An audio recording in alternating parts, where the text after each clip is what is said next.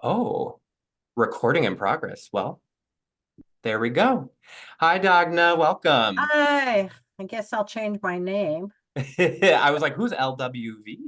Now Yeah, I who know is with the that? Who context. is that? Yeah, Well, after I say hello, I'm gonna go ahead and unmute you. When audience right. members come in, I'll be muting folks, but feel free to use the chat if you have any feedback or questions. It's just that this will be recorded and we'll be sharing it later, so uh, that will help it be a more useful and streamlined recording and help keep the focus on Idra, our special guest. With our special librarian. Oh, you you are too kind. I was just saying today, I was like, I'm being spoiled this year with you because not all authors are as kind and generous with their time and talent as you've been. So we're all very appreciative of that as well. Oh, well, they're fools. I would like to think that it's a you scratch my back, I scratch yours kind of deal, you know. But I feel like it's such a joy to connect with people who've devoted their life to literature. I mean, you're keeping the music of literature going. You're like the Pied Pipers. Oh, thank you. We're gonna consider that stolen, the Pied Pipers of literature. Well, so for those of you who are tuning in, my name is Michael Maxwell. I'm the Reader Services Librarian here at the Sioux City Public Library. And today we're kind of talking about this year 2024's Sioux City Reads book, which was voted on by you, Sioux City. And the winning title was Take What You Need, written by Idra Novey. And we are lucky enough today to be joined by Idra Novey herself from Brooklyn. So joining us from the East Coast, thank you so much for being here today. I think I will go ahead and let you introduce yourself to Sioux City. Well, thank you, Michael, and thank you, Maddie, and everyone at the library who has shared this book with your community. And I was so moved by the mural and that 50 painters took part.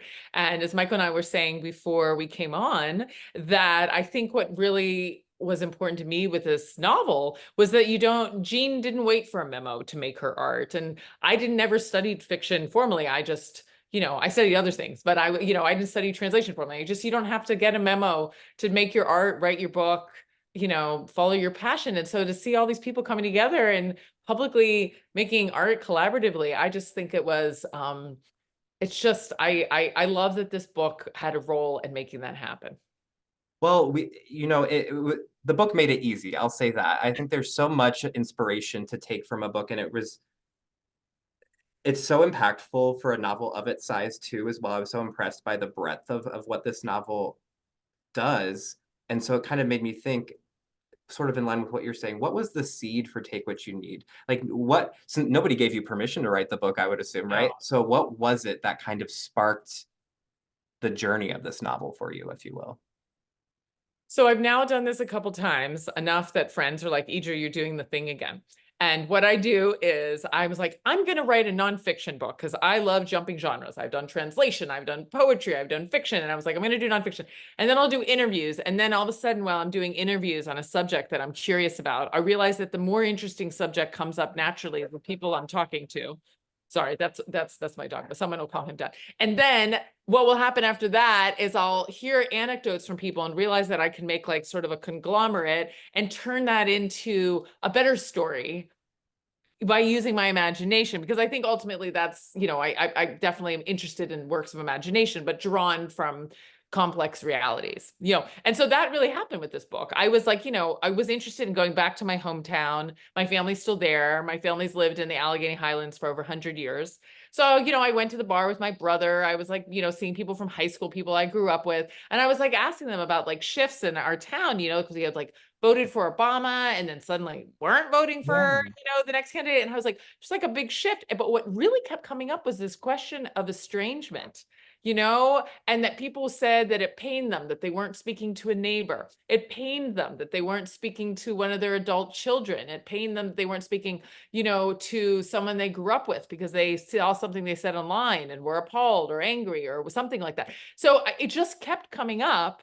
And I just didn't see any books about that, and I had wanted for a while to write about, art that is relegated to folk art or relegated to regional art, and all art that's happening under the known surface of this country, which a lot of it is happening in Brooklyn, but Yeah. there's not the most interesting art isn't necessarily here. Some of it's derivative of other Brooklyn art, or it's imitating. I don't know. I mean, who knows? There's incredible artists everywhere. And I just thought that I wanted to start speaking. So I started speaking to some of the artists in my hometown, and two of them in particular, Norm Ed, who I wrote about for Orion magazine. Mhm. And his family is originally from Syria on his father's side, and his mother's family is from Russia, but they've been in this northern Appalachia for 100 years. And he gets discards and makes art and just keeps it in this like auto repair store that he and his wife Mary turned into a studio and a home, and they invite people over and do things. And so Gene's character is somewhat inspired by Okay. his work and his just making incredibly high concept art for the joy of it, and not out of seeking a Guggenheim or a grant or any of those things. You know, it's not about that. He's freed of that in some ways. And you know, makes money doing other things. He was an art teacher. He like does kitchens. He has great carpentry skills. He just does other things. And then there's another woman who's very close to Gene's character, Helen Glubich, who became a friend of mine. And Ooh. she, like Gene, she worked at the local hospital in my town until that wing of the hospital closed. So she's probably the closest. And she takes cigar boxes and does collages on them, but she never looked for an audience. She just has them in her basement, you know, and she started doing them after, you know, the hospital wing closed and she didn't have a job. She just was drawn to make art and seek beauty. And I just found their relationship to beauty was like so rejuvenating and so different from sometimes the like operator feel Yeah. that can happen in cities, you know? I think there's insights on both ends of that, right? Like you were saying about how nobody needs to give you permission to be an artist. And then at the end of it, nobody needs to necessarily validate that you're an artist for you to be an artist. The validation is not what makes the artist, it's the practice. Am I? Absolutely. And serious art, you know, Mhm. because sometimes very silly art is validated, you know, and very Yeah, serious yeah. art isn't. That correlation, it's not, the Venn diagram is actually a narrow overlap. So I think, you know, in some ways we maybe, you know, discount the power of how many people are doing incredibly serious and exciting art, you know, under the known surface of what we consider, you know, American art, you know. Without, But yeah. oh, sorry. Without digressing from your work too much, I just wanted, this is so perfect that you bring up folk art because we've done stuff with our art center during the Sioux City Reads, and we've actually been working with another Brooklynite, Amanda Browder, who's an artist working on an installation piece here that's textile based. So she's been having a lot of conversations about folk art with folks who've been engaging with it a little bit more because of this book. So another great connection there, but that's just a digression that I wanted to share that I thought was kind of cool. Very cool. And I think often because textiles are, you know, cloth was often relegated to like something that women use, you know, Mhm. or that like if you're using recycled material and discards, it's because you don't have access to like something else. But I think that that's changing. I mean, I think it's hard to make a case for making art out of new materials when like the amount of garbage we produce is Right. just astonishing at this point, you know. There is Li Yang is a Chinese poet, and he said, I can't remember the name of his translator at the moment, but said, you know, like we have devoted so much genius to production, but we Mm. haven't donated enough, you know, human genius to what we do with our trash. And I wonder if this is the area where we will value artistic genius that's devoted to discards. You know, That like is, that will be an artistic value of our time. yeah. What an interesting way to think of it, because I think we use like STEM terminology when we talk about solving that problem, not necessarily the terminology that we use with the humanities, but maybe that's a shift that needs to happen. Yeah, we need all the genius we can get on the trash problem. Amen to that. Bring Y- all of our good brain, wherever they are. Yeah. Speaking of brains, we're in the minds of two characters in this book. Yes. What was behind the decision to center a stepmother-stepdaughter relationship? It's a great question. So, I'm very close to my stepmother and to my mother. So Leah is definitely not, you know, a simulacrum of me. Although, of course, I did that drive many, many times Okay. back to, and so that, you know, I wanted to write about that drive, about the gas stations. You know, my husband's from Chile. We have a bilingual family. What I wrote in the novel is completely invented. I have never lied about any hatchets in the trunk yet, but but I also you know, that is, something that I have experienced is this, I sort of inhabit these two very polarized places. And Yes. I think that there's a way, in some ways, that, women artists or maybe, rural artists are often seen as sort of the step parents of art. They're not really given their due for what they contribute to art, not only in this country, I think, but often many places will sort of underestimate the influence of rural artists and sort of attribute things more maybe to some urban artists just because they're more visible or they're more in the wing of sort of like iconic people, Right. but often those works may be responding to things that people more off the grid. So that, but I also just couldn't find any books that felt true to what I saw of the role my stepmother played in my life, and hearing her experience as a stepmother in a small town. And I just couldn't find any books about that. And I wanted to write about, how much we contributed to each other's lives. Yeah. And you're right, because that's something that really struck me is I had never read a book that described a relationship like this. I thought it was like shockingly fresh. Like I was like, wait, I haven't read this. How is that possible? Like I haven't read this kind of relationship. How is a stepmother stepdaughter relationship dynamic like this never shown up in anything that I've read before? So I really liked that part of the book, I guess. Was there, you said that Leah's not necessarily an amalgamation of you, Yeah. right? Well, And yes. Yeah. what did you pull from for the character of Leah versus Jean?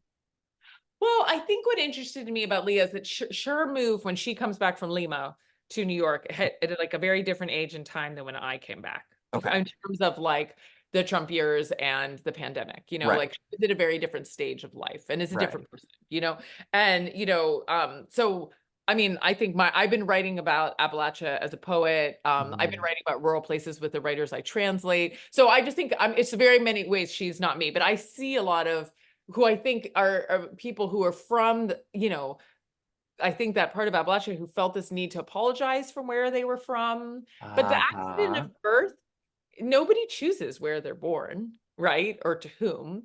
Nobody is responsible for where and how they're born. It's just, and that anyone should feel some sort of imperative to apologize. It's just, I don't know. So I see her experiencing that burden, of having Yeah. it hit her life at a time. And so she's sort of uneasy in one place. And because I think Jean is home for her, you know? Right. Maybe the town isn't home, but Jean, her stepmother, is her home, is an emotional home for her. Yeah. And so they're estranged. She's estranged from her home because this woman raised her and taught her joy and taught her to be free and, like walk over duck shit, and Right. herself. And so like I think that and Jean also isn't, there's an intimacy she found with Leah that that's how she discovered art, was making art with Leah as Right. a role as a mother. So they're both missing the home they found in each other. So I think that was something I wanted to write about too. Like what do we lose in these estranged relationships? And that's not my wisdom. That definitely came from interviewing so many people Mm. who felt that the people they weren't speaking to was diminishing their days, I've had so many conversations with people here in the Sioux City community and just kind of this area who have had similar experiences to that. And what Leah, that Leah's experiences kind of ring true for what I was experiencing when I was a New Yorker from Nebraska at one point. There is this weird, almost like a shame and a stigma tied to place where Yeah. we've take them into our personal brands and, how do we, to what extent is that home, or is home really just our family members? Like, what do I actually miss about Well, where I I grew up? realize, yes, what do we actually miss? I mean, I think for me, it's both, and I Hmm. think it took me time to realize that, like, when I see certain hills, or certain woods, or hear certain sounds, or even certain like qualities of silence, I was like, oh, I feel so tied to this place, Right. and that it's still there, and like the trails are still there, certain like turns in the road, I feel it like deep in my bones, and so I think to have a deep connection to place is like a really beautiful thing, and I think that's often why people stay in place, Right. even if life gets harder, is because place is like a character. I mean, I wanted to Right. make that town a character because I think It, for me, mhm. it's like, the town itself has become like a force field, and Right. how I think about things, what grows there, things like that. And the perspective that Leah has on the town versus the perspective Jean has on it, Yes. I think Yeah. speaks a lot about who they are as people and what they're going through. I almost felt like the town was sort of a litmus test in some ways. Oh, that's such an interesting way to think about it. Or almost like a Rorschach. And Right. Like, what do where like you, I think even though there's like, you know, the shut down mill, Jean can still perceive all the beauty around it. right, I think Leah, when she looks at the Rorschach of the town from a distance, all she sees is the emptiness, the building. right. She misses all the beauty. She's a little blind to it, you know, the way that like your mind can kind of zero in. And Jean really sees all that beauty, you know? Yeah. So Leah has a lot of baggage she's taking on this trip, like a lot of preconceptions and a little, I struggled while reading this. I was like, is she projecting or is she right about a oh, few things? Like the gas station scene. That Yeah. one really sticks with me. Can we talk about the gas station scene? Yes, I would love to hear your take on it. Yeah. Okay. So in that situation, I saw it as a moment for us to kind of check Leah a little bit. Like, she is coming from a very urban culture, returning with all these sets of ideas of what her hometown has become, and she's already anticipating the certain obstacles, so she's very ready for them. Right. And if anything, she might even be looking for them a little bit. And She's a little primed. She's a primed. little bit primed. Yeah. And because, you know, she is a woman in the time she's living, of course, she's a minority who's been victimized in certain ways, but she's also white. And in that situation, I think it was a moment for her to kind of check herself and realize that her actions could put her family in danger. Yes. Yeah. Because the way that her son and husband, or her child and husband, responded to it versus how ready she was, or talking about a hatchet. I'm like, I don't know if she had a different complexion, if she would have threatened a hatchet in the back of her car. I don't know. Yes. And I also think she's grieving, right? So people, Mm-hmm. they're grieving, they do crazy things. I think grief, you know, often brings out the wild side in people. Right. And I also think she's from there. So Yeah. she just feels like she can speak in shorthand, Mm, you know, even if her sense of the shorthand is just completely off because she hasn't lived there in a long time, you know? yeah. I just feel like she's channeling Jean a little bit, but it's like she doesn't get Jean right, you know, like Yeah. she's a They little have off. some personality similarities that are enacted in different ways that I found very like realistic to that kind of guardian child relationship where you're like, I'm never going to become you. And then you kind of become them, but in ways that look a little bit different. Yes, yeah. It's funny this with my stepmom. She's very into monarch butterflies and like does all we have like a very big my hometown has like a whole thing where she raises them and then they go off to Mexico and it's just like a whole butterfly situation. She has all the things they eat, the milkweed, it's like you know, and all of that. And so when after my father died, she started bringing in all the monarch stuff into the house and there's like chrysalises and nets and like the living room was gone. And like part of me wanted to be like, you know, she was a little bit inspiration for Jean, not the art in many ways, very much the artist in my town, but just that relationship. And then I was like, I can't tell her that there's nowhere to sit down and eat. I wrote a book celebrating a woman who devoted her whole house to art. So who am I to tell my own stepmother that there's like too many butterflies in the house? Yeah. That's so inconsistent of me. Yeah. You know? And my kids were like, where should we eat? Nana's butterflies are everywhere. And I was like, well, it is Nana's house. She was living under Papa's house for many, many years. And if she wants to have chrysalises in every room, so be it. And It's there's her a house. beauty to that. There's a beauty in people's kind of quirks and idiosyncrasies. Like, I think about the card that Jean sends Leah for the collage card. And I forget what she made it with, but it was something Leah read it as so inappropriate, right? Like, she Right. was like, It was what? crotch shots and That's what I got. Yeah. frogs. Yeah. And so Leah was like, what is this? But for Jean, that's how she's showing love, Yes. you Yes. know? Yeah. And this woman who you know, she didn't send me any crotch shots, but the woman who did the collages would do this interesting mix of sort of like crass elements and Yeah. like the visual language of sort of Appalachia or like more rural places. And she would play with it, but then suddenly there'd be like a piano or a flute or something like that, you know? Yeah. And I think that those juxtapositions are so powerful, you know? And I think that if we don't get art from rural places, or, then all of a sudden, like, our visual language and art is deprived. Yeah. It's like that whole danger of a single story idea Yes. that applies to art too. Yeah. And that's something I definitely was thinking about in this book, like all the artists across the country who like Jean, like what perspectives are not part of the canon. So many, and there's a lot, and I think it's funny how many I heard from a lot of sort of artists who are working with discards. And one of them, Jordan Tierney, whose work is incredible. She goes into the urban rivers of Baltimore and Ooh. like hauls up these things, and all of her art is made from feathers and like clothes that have been worn down. And she was like, I relate to Jean so deeply. And so she was like, I want to meet you. I want to meet the person who invented Jean. So we like did an event together in Baltimore, and we took, she got plastic bottles and we made something with the audience, which is, I love, sort of made me think a little about the mural that you made. And everybody took a plastic bottle. We made like a collective mural out of garbage from the rivers of Baltimore. And, it was fantastic. Yeah. There's something very cathartic, almost spiritual, out of taking our garbage and making it something, making art of it. Like it really Yeah. feels like a release, it feels good. Yeah, imbuing it with meaning and like trash to treasure is a cliche, but that's quite literally what that is. Yeah. So we see a lot inside the headspace of Jean and Leah, but we don't go inside Elliot's head. And I guess I haven't brought him up yet. Elliot would you consider him like the third lead if there were leads? Yes. I mean, I think the reason I didn't go into Elliot's perspective was that I really wanted to do this sort of like dialectic between the Yeah. two of them. I was like, felt like the book was kind of like walking on the edge of a knife between the two of them in Yes. a way, Yes.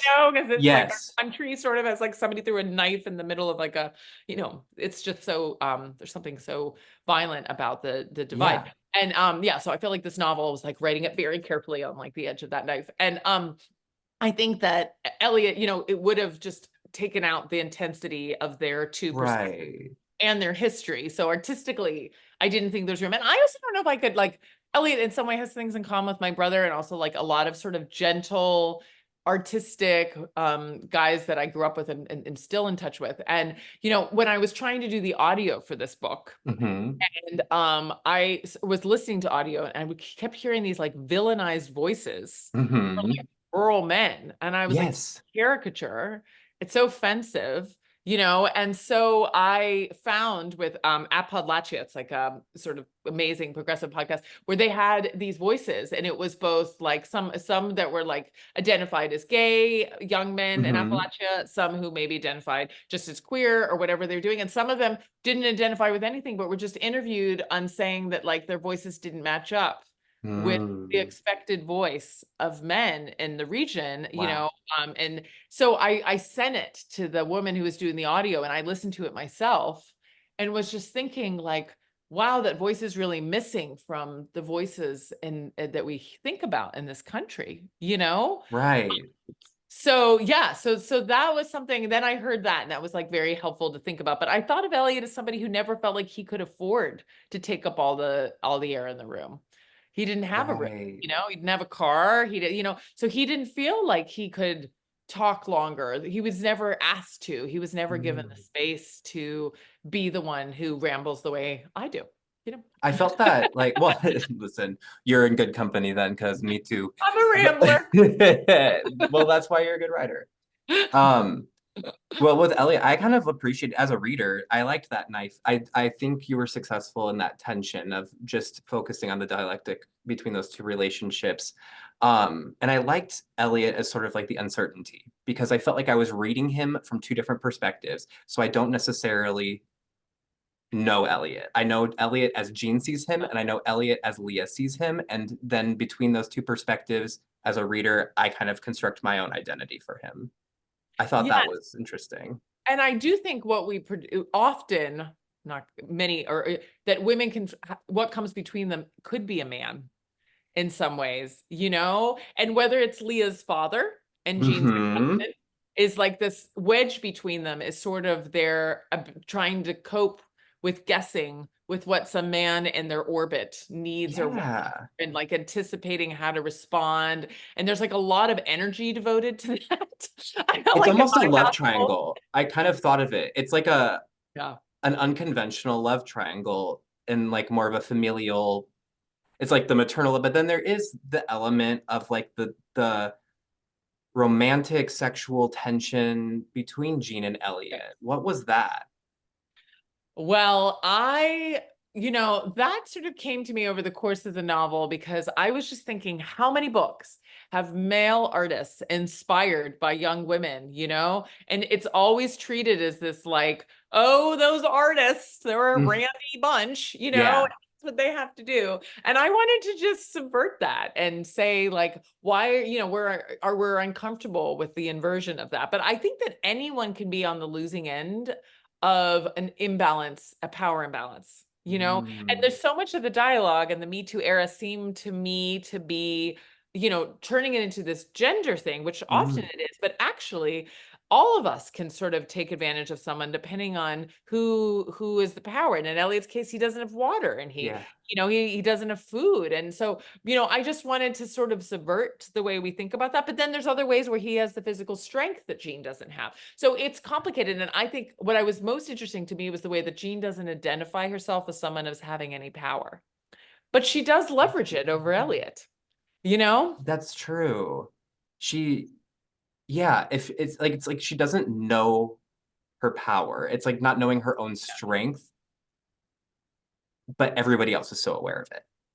Like Yeah. this reverence Leah has for her, the relationship Elliot has with her, and thinking about when Leah visits her and they're in the woods, that the situation on the cliff, they're both seeing Jean as the powerful person in that situation, but I don't know if Jean felt that or understood her own agency throughout the book. And I think it especially showed there.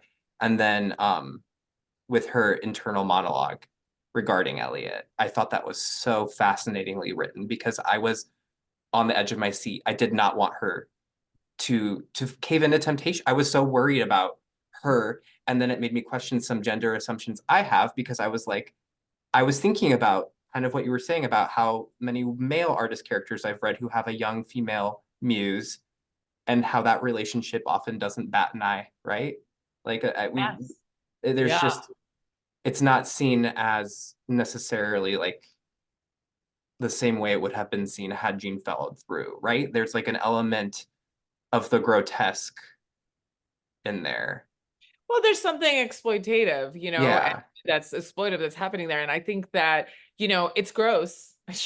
Nobody should be leveraging that with somebody else's vulnerabilities. But I think we're more likely to sort of shift the paradigm and move it if we sort of just think of all the ways that, like, whether it's in a shadow economy where it's Mm-hmm. trading hands between neighbors because, if somebody has a record or, doesn't have a degree, or there's all these ways that they're sort of, end up their only source of income is through shadow economies where there aren't really rules for Yeah. behavior. And that's a vulnerable position to be in, and those power imbalances can, tip into something, and there is no name for it. And I think I saw that happening a lot, in my town. Like a lot of it was drawn from interviews about the women Oh. who work at the deli who don't have cars. Like, I think if you're certain places where there is no transportation, you don't Mm-hmm. have a car, you're very limited where you can work.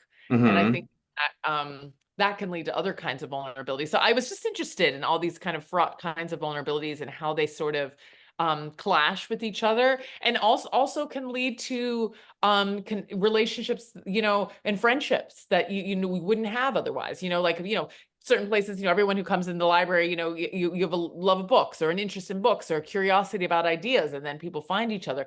But it's kind of serendipity that Jean and Elliot find each other, Mm-hmm. and there's something beautiful about that too, of, when you just stumble into a connection you didn't anticipate. And if I'm remembering correctly, like the moment for me at least, the big moment of connection was kind of brought about when she almost saws her leg right off.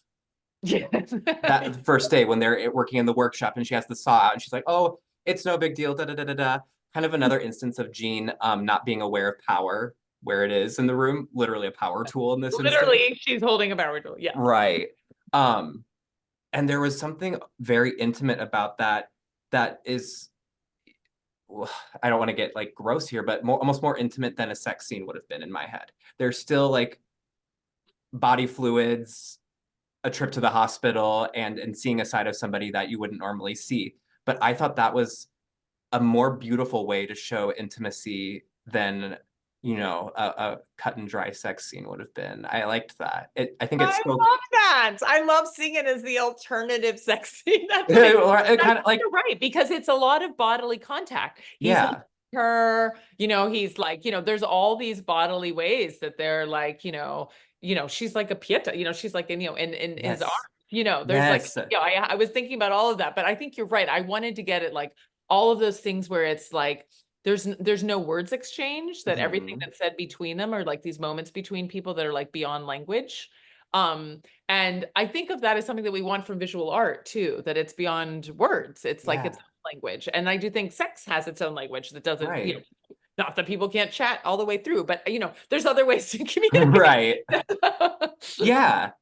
And I think capturing it on the page is not easy, but I think that's something that you did very successfly with this book. Oh, thank you. Thank you for reading it with such depth and care. I feel like you really, really, you sort of latched on to many of the things that were important to me when writing Oh, it. well, good. I'm glad to hear it. I'm glad we're able to talk about it. Um, that makes me think of the flip side of it then. What was the robbing? Why he okay.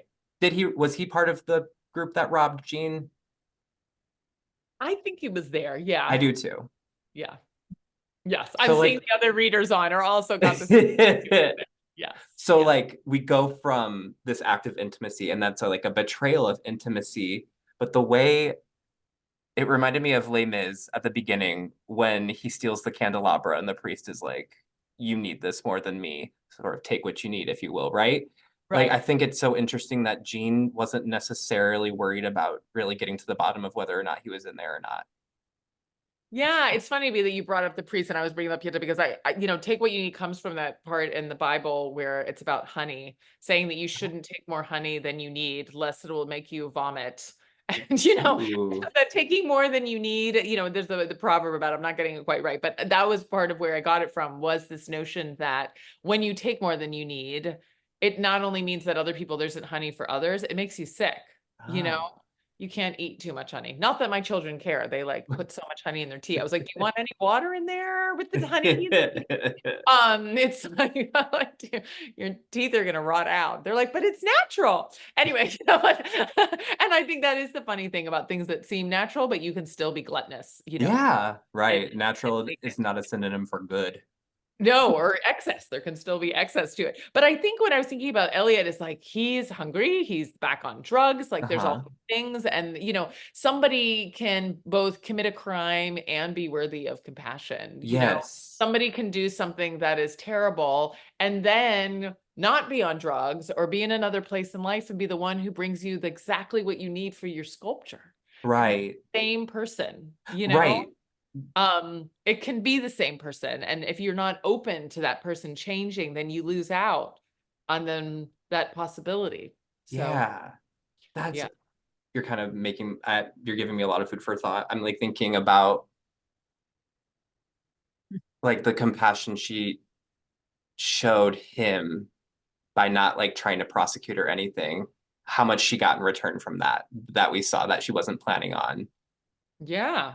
Yeah. I mean, I taught for a long time at a women's correctional facility through the Bard Prison Initiative. And it was, I had to go through all these beeping doors to teach there, but it was interesting Mhm. because I was teaching at Columbia, which is sort of like this tornado of privilege, Yeah. and then I would, teach my students who are all in, these green uniforms and, Mm. were stuck in, and what their life experiences were. But then things would happen that were really powerful.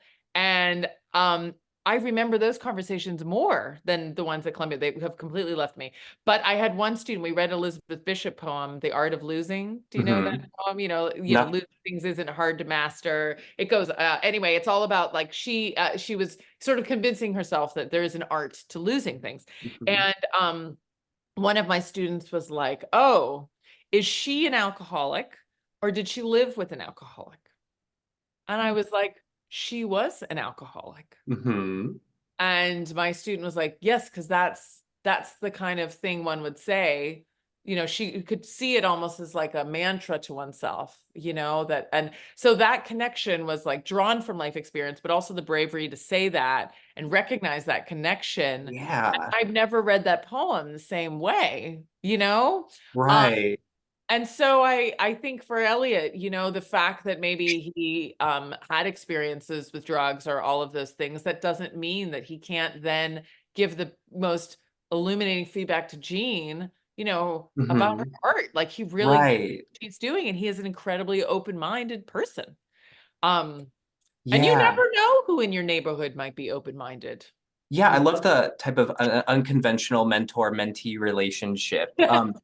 In some of our discussions, we were comparing it to almost like a Harold and Maude type relationship. Oh, We that's don't, exciting. I love that. and those exist in real life, but we don't often find them in our fiction or on our screens or in our books. So I really liked the ways they showed intimacy, and I think at the end too, you kind of at the beginning we know that he's the one who contacted Leah, but then at the end you kind of understand the meaning of that, and Yes. that he is sort of the catalyst to the entire narrative, because if he hadn't reached out to Leah, what would the story be? Sometimes it takes a neighbor, Yeah. You need a neighbor to make things happen in your own house. I mean, I think I was thinking that, about sometimes when there's an estrangement between people that they can't get over the impasse, Mm-hmm. out of pride, out of sorrow, out of grief, Right.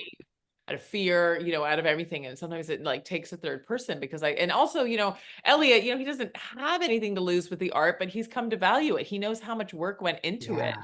He knows all the creativity and the risks and all, how like, gathering all those pieces and smashing the mirrors, and he's invested in the artwork, He's really innovated as part of it too. Like he, like what were the bullets he helped her shoot the gun into the artworks to do like the riddle it with the bullets and the dents like that. Like he innovated with alongside her at some parts. Yeah, and that was fun too for me because I would call up Normed, the artist in my town, and I would be like, now, if you were going to be shooting a sculpture, what would be an easy to come by gun? And he like knew immediately, and he was like, the best thing to do would be to lie the sculpture down so you would be shooting into the ground at it.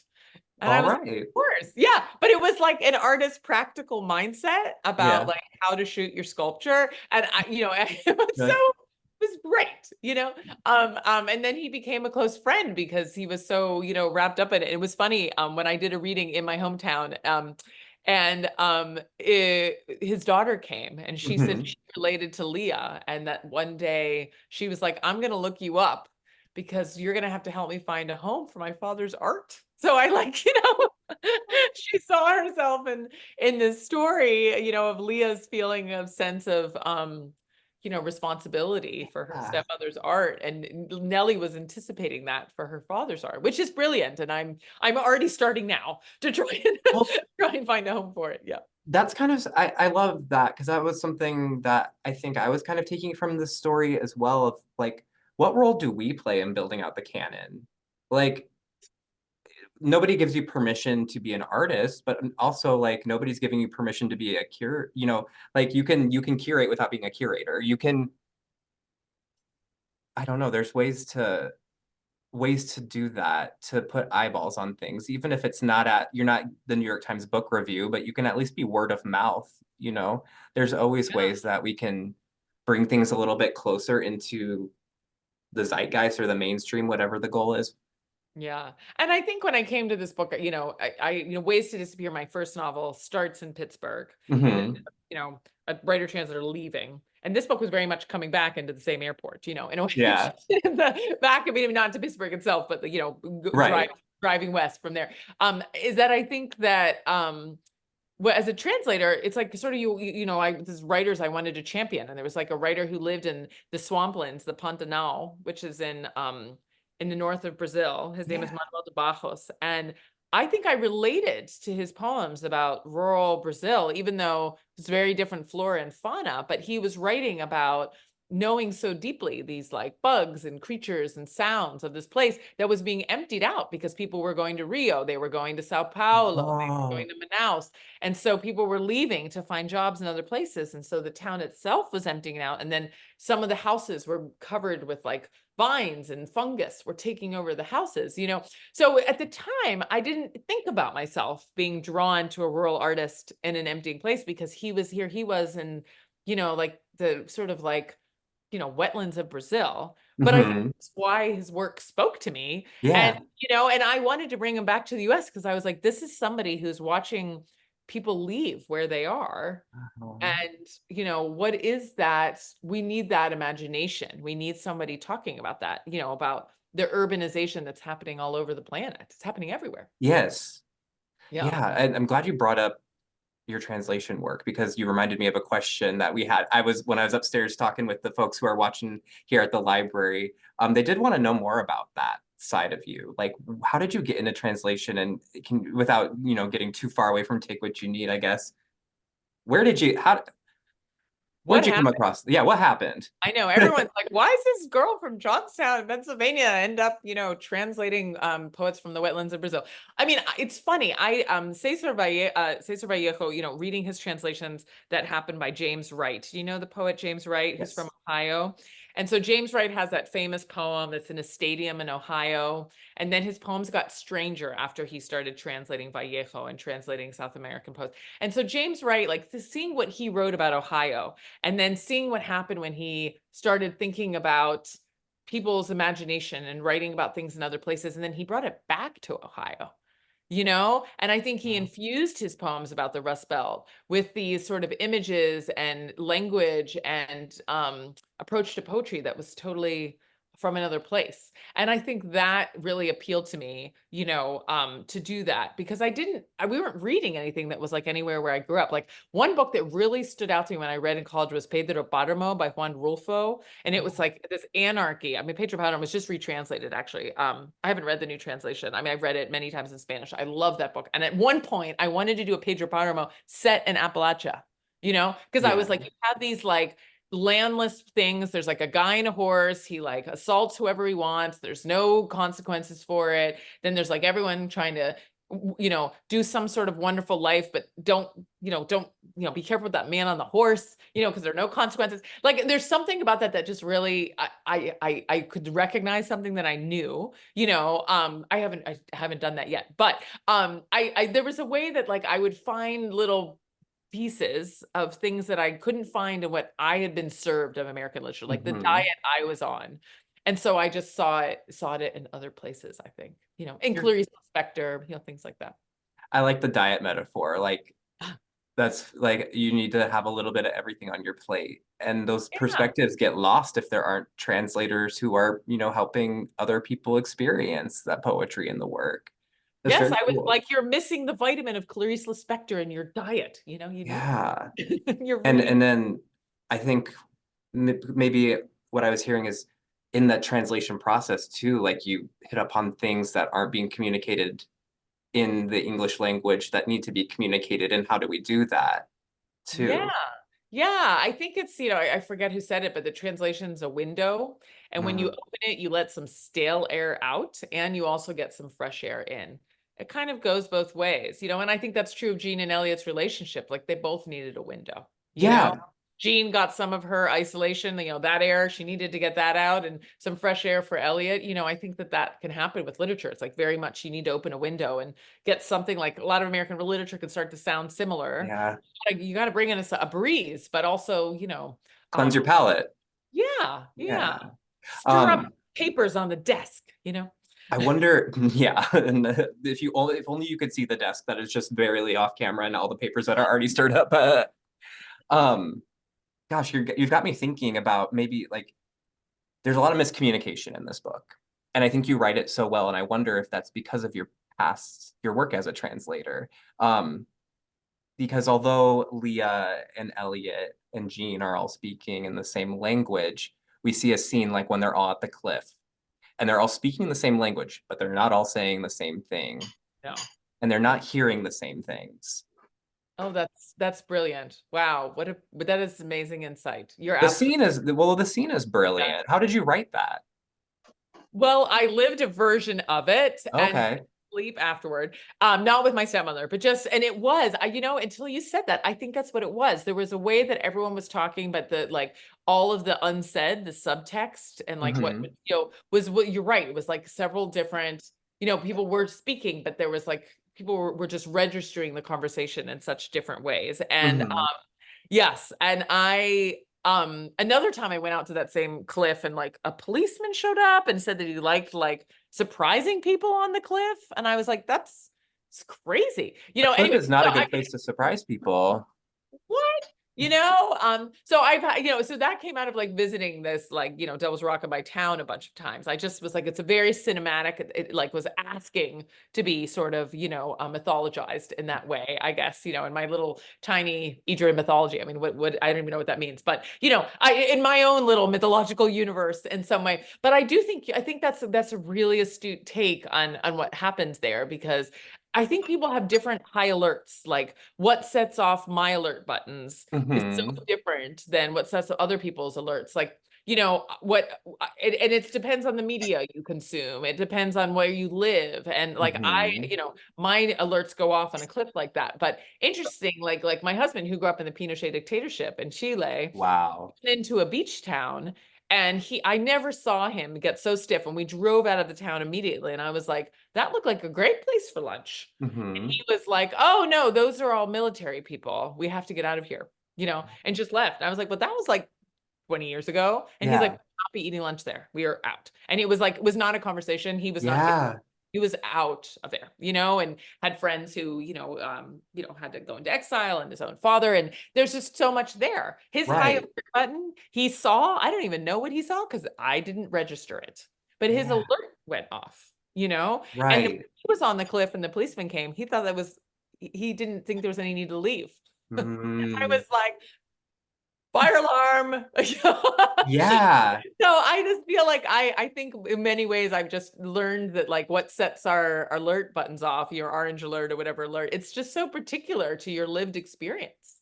Right. And I think Jean's lived experience at that time is why she was like facing towards Elliot more in that situation, Yes. because she was approaching it like very penitently.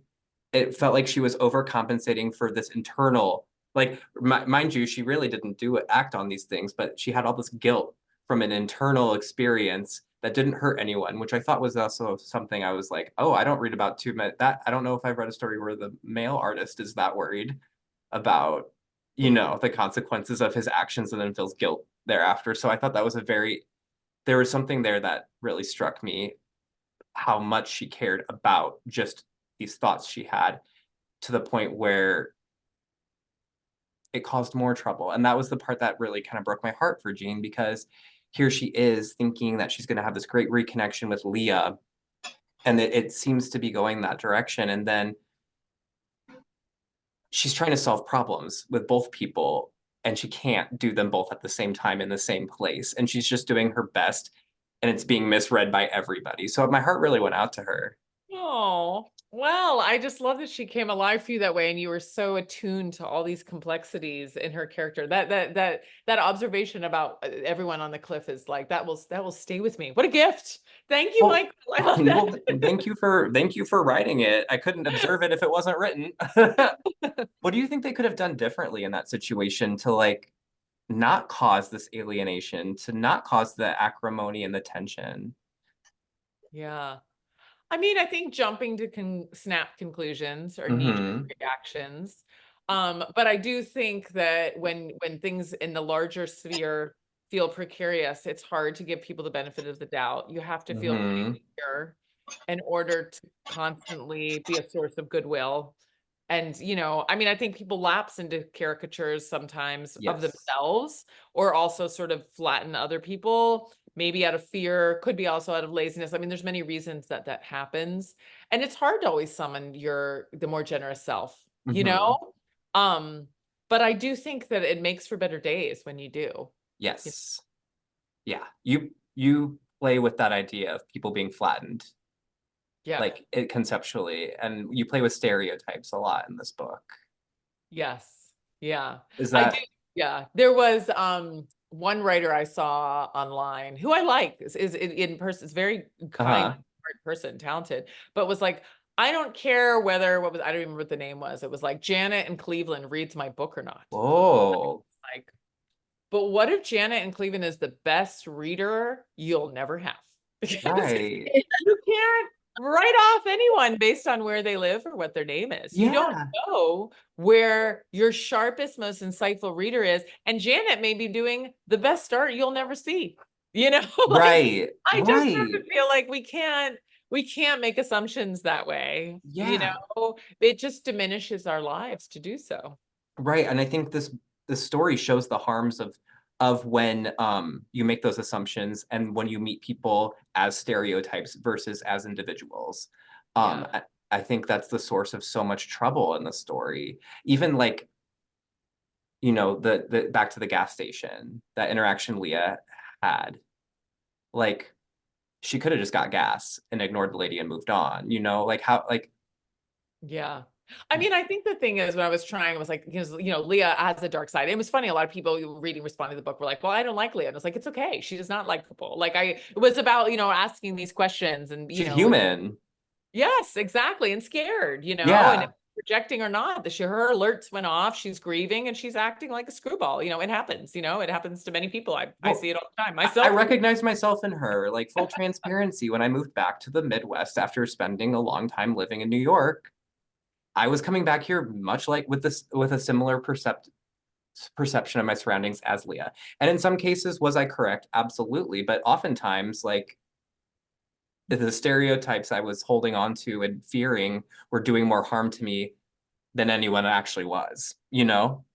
Which is what Jean was trying to say to Leah on the cliff. Right. Like who's hurting you in this Right. moment? Yes. Like, where is the pain coming from? At the same time, when I read in my hometown, one guy stayed after and said that he was like, what would have been said on that cliff was far worse than what you wrote. And another guy who came to the reading said to me, every time I go to a gas station, I imagine things happening like that Yeah. what you were, it was like that his imagination just goes. So, and these were strangers who just came up to me and said that. So it was really like trying to figure out like how to be true to the book, how to raise questions, stay on that like edge of the knife without, I wanted to, hold back and let the reader just inhabit the scenes. I don't think fiction should tell people how to feel or think. I think it should just immerse you in a world.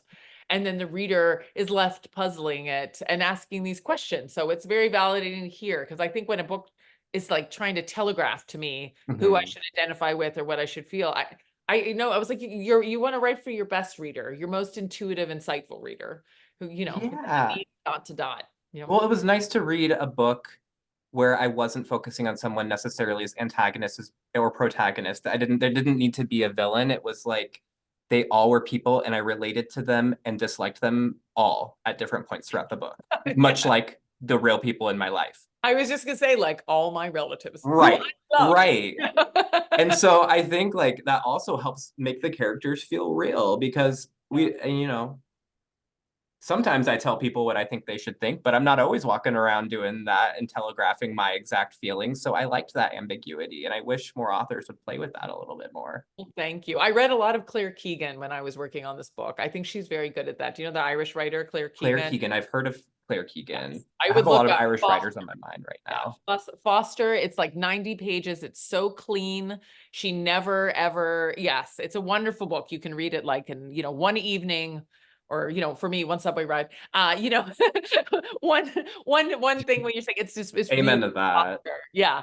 And small things like these, I just think it's very clean. She, it's written in Ireland, which is a very polarized country, but she never sort of tells anyone, she just stays in the scene and holds back and lets the reader sort of intuit their own. She trusts the subtext, and there's very beautiful stories about things that are fraught, there's very fraught intimacies that she's writing about, but she doesn't, she trusts that the reader will get it. And of course you do. There's an immediacy to that because it pulls you out of a scene.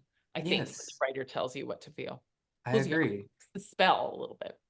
Yeah, I think it takes a lot of discipline to not do that too, right? I would guess. Like you kind of, I like to hold back, I think it takes more discipline to create those nuances by holding back a little bit or not Yes, it showing does. every card. And that makes me wonder, like, when did you know you were done? Oh, I still edit sometimes at reading. I mean, I probably wrote 1,000 pages for the 250 that are in this book, but I mean, I come from poetry. So I'm, I'm okay with throwing out a page and starting again. When I tell my students that, they're like, well, what should I revise? And I was like, you need to open a new document and anything that's worth keeping will come up naturally in the new draft. And they're just horrified by this. But I was like, sometimes that's easier than, trying to move, cut and paste, then it just ends up being like a document technological exercise instead of, Right. like if it's worth staying, it'll come up again in the new draft and you can always go back to the other document and open it. But Right. give yourself the like tabula rasa, like just see what stays with you. And so I did that a lot. I would start chapters over again. That's so interesting because that is like the words that you were using to describe Claire Keegan were the words that I was using to describe this book at the Oh, beginning of Sioux City Reads. And I really do mean that. I thought it was very like tight and I was impressed with that restraint because I think I like to take it and to hear it, it makes sense that you spent 1,000 pages, because I think that level of attention and detail was condensed into the novel that we have before us. So that's cool to hear about all of that going into it. And I think we have a lot of writers just watching right now who will really enjoy that insight into the revision and the editing process. Oh, well, I'm happy to take questions if anyone has any Oh questions. yeah. And we Yeah. have the chat open. Yes, if anyone So wants I'll to. have as well. Porter We see. Sculpture Park, I was gonna say. Oh yeah, Dagna mentioned the Porter Sculpture Park in Montrose, No, I'm South Dakota. definitely going to check it out. That's totally up my alley. Yeah, I think you would love driving through the state of South Dakota and find there's a lot of making art where they are. People Oh, making art where they are. I the phrase folk art has such a stigma to it for no reason. I always don't know if it's condescending to call it folk art, but I suppose that's what the world at large would label it. But yeah, highly recommend checking that out. Yeah, there's artists everywhere. And towards the end of the book, you talk about how those artists are found, which kind of made me think about how they're lost as well. yes. Yes. And this book I hope, was an invitation to imagine the art we don't get to see. I feel very haunted by the art that's, lost to us, Mhm. and just imagining it and being open to that. I think it's that's where imagination steps in, and I think that can happen with books too. Now, and there's obviously tons of amazing art that exists. It does exist, but there's not as much time to see everything, you want to see in your lifetime, but it's also wonderful to be open to the chance that you might be driving through South Dakota and see art that, stays with you for the rest of your life. You just never know where it'll be. And I think there's something really precious about art that you don't necessarily see every time you turn on the History Channel or every time you open a magazine or a coffee table book. Like everybody knows what the Mona Lisa looks like. I could probably do my best drawing it from memory, but there's a lot of art out there that gains a precious quality just solely by the fact that people aren't seeing it. Yes. I think like. Yes. Yeah. Right. That it hasn't become a meme. Right. We live in an age where images become memes so quickly that how do you like create scarcity anymore? Like think about 2 years ago with NFTs. Like what would Gene have to say about NFTs? Like or like the AI generated art, which is so flat. And once you see, like 10 images, you can see them immediately, and sometimes you see things up on Instagram of people sharing their art that way, and it can be tremendous art, but then it's sometimes thinking about people are anticipating the larger audience and not the people where they are, which changes the way you go about things, Yeah, it's a very fascinating time for our relationship to place, because there's always this place where everybody is online. Right. But it also makes it possible for me to meet with all of you. So that's yes. It's such a mixed bag. Oh my gosh, my thought just flew out of my head. Online. Oh, the laptop. Jean doesn't replace her connection to the outside world after it's stolen. I dream of this. Not that I want anyone to steal my laptop. I'm holding on to it for dear life. I have to teach tomorrow. I should probably get off soon. Listen, you better keep get it on the until at train least March super early. 30th. Yes, but yes, but I do think there's a way where she is open to the possibility of serendipity. You Uh-huh. know, in her art, in her life, and I do think there's something freeing about it. I mean, I think like Jean is like a better self. I mean, in some ways, you know, many things she does that are totally bananas, but I missed her company when I finished the book because I got to grant her behaviors that I feel like I can't do in my life, but wish I could. Yeah. Some days, you know, I'm Such sure. as. You know, like I don't mind if the whole day goes by and I don't go outside. I don't mind at all, you know? Yeah. I think I just grew up in a rural place where like that was just like a perfectly that just happens, you know? It's Yeah. okay, you know, like my husband, you know, grew up in Chile where people just he knew all the neighbors, people just went out. Like that wouldn't be a thing that they would do. And he was like, "You didn't go outside today." And I was like, "No need," you know? You know, I'm perfectly happy. I have so many books. What do I Right. I'm like, go well, outside?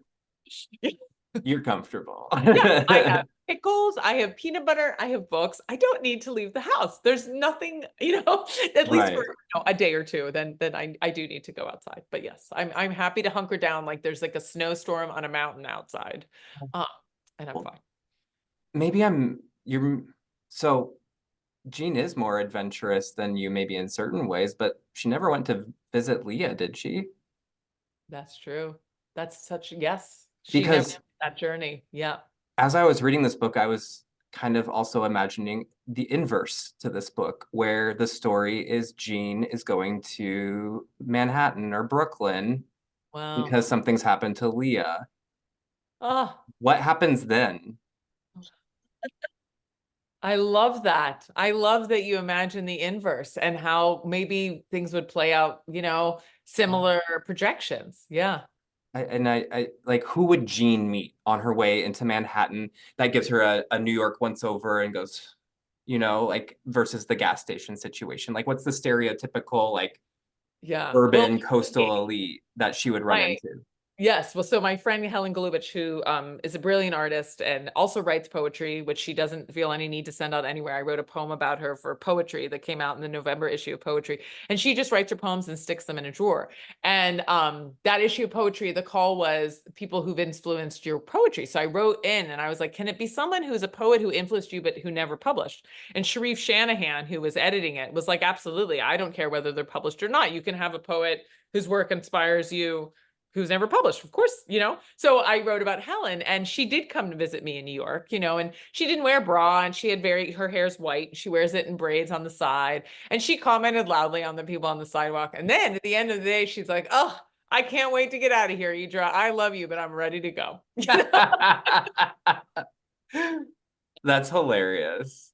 Yeah, you know, she was just like too many, you know, uppity people with like $1,000 strollers and everything. She was like, I'm heading back to, you know, she picks her watercress by the river. She, you know, has her tomatoes. She was like, you know, loves her flea markets.